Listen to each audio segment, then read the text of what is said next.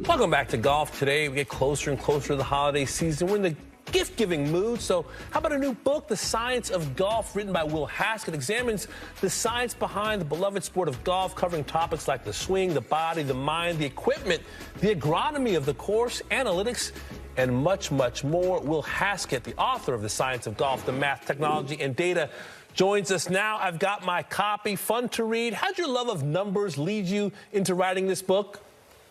You know, thanks, first of all, for having me. Good to see your faces. Happy holidays to both you guys coming up here. You know, I'm approaching my 10th year covering golf on the PGA Tour over on PGA Tour Radio.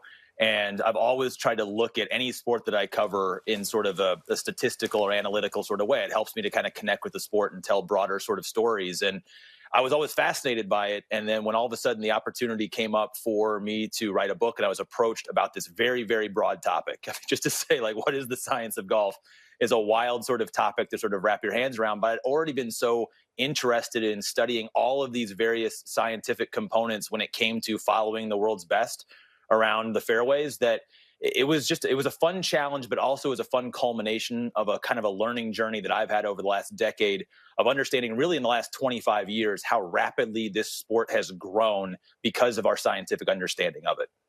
Will, during your writing and reporting for this book, what was the most fascinating revelation to you? You know, Lav, I love all the numbers. I love all the data. But one thing that I think separates the top guys in the game of golf right now is their handle of their mind.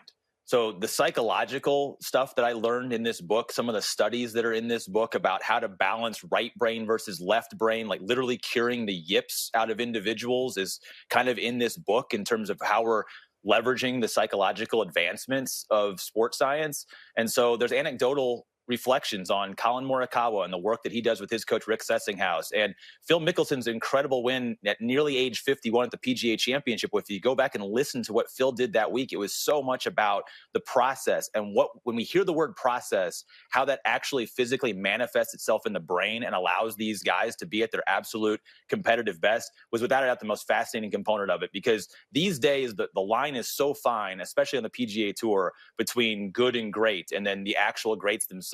And it really, in my opinion right now, it comes down a lot to how those guys can compartmentalize and turn the noise off in their head. So the psychological stuff that I learned about, I had no idea how advanced some of that stuff was. Speaking of great, Tiger Woods, his golf swing is still probably the most viewed on Twitter and Instagram, even in the modern era. What's been his influence on the science of golf?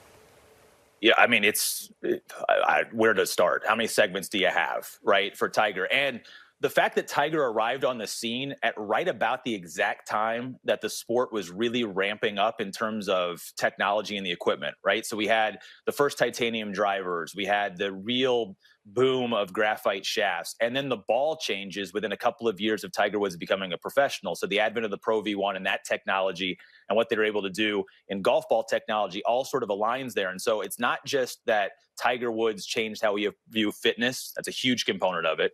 It's not how it changes our view of speed, but it's also all of those things coming together at the same time. The manufacturing companies were creating new pieces of tech that really changed the way the golf ball flies and the golf club is swung. So it was sort of a perfect storm. And then on top of it, especially at the highest level, with purse increases and all of the money that flowed into the sport post-Tiger, you now see the best players in the world able to invest in all of these components. There's a great quote in the book from Ben Crane, and I asked him what one of the biggest differences is from being a pro now to when he was coming up. And he said it's the investment in teams. These guys have the opportunity to invest money in a team to where there are 10 chapters in my book, and some of the best players in the world have someone on the payroll that almost covers all 10 different elements scientifically in their game. Tiger Woods changed all of that because the best players in the world have to look at all of these things to find that, you know, 10th of a shot or that 1% edge or however they quantify trying to get from good to great and great to elite. Well, these guys have teams, there's all this data, new science, all this new information. What's the next frontier? What are we looking at in 2030, 2035? Ooh.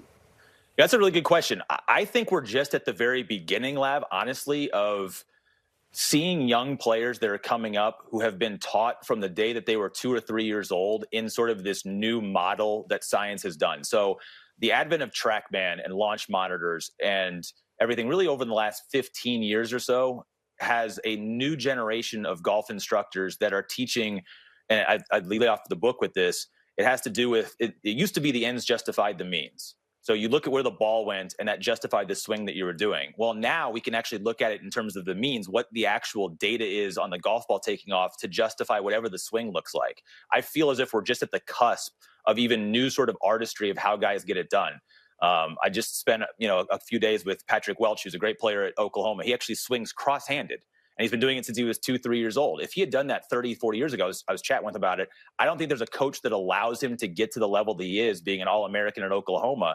But because we have all of this technology to validate what his swing does, I think we actually are just at the beginning of seeing a younger generation of golfers who are going to go about it in many different ways, as long as they're hitting all of their optimal targets that we're measuring. So I feel like, to answer your question, in 20 years or 10 years from right now, we may actually see golf look a little bit different than the very traditional perfect golf swing that a lot of guys have been achieving for over the last quarter century. Oh, I'll still be making double bogeys 10 years from now. I was going to say, your swing is certainly... No doubt. No doubt. Hey, writing a book is a huge undertaking, especially with kids. Congratulations, Will, on the science of golf. Happy holidays. We'll speak to you down the road. Thanks, guys. No book in my future. I'm just broadcasting golf next year. That was enough. I don't blame you. One and done. Take a couple years off.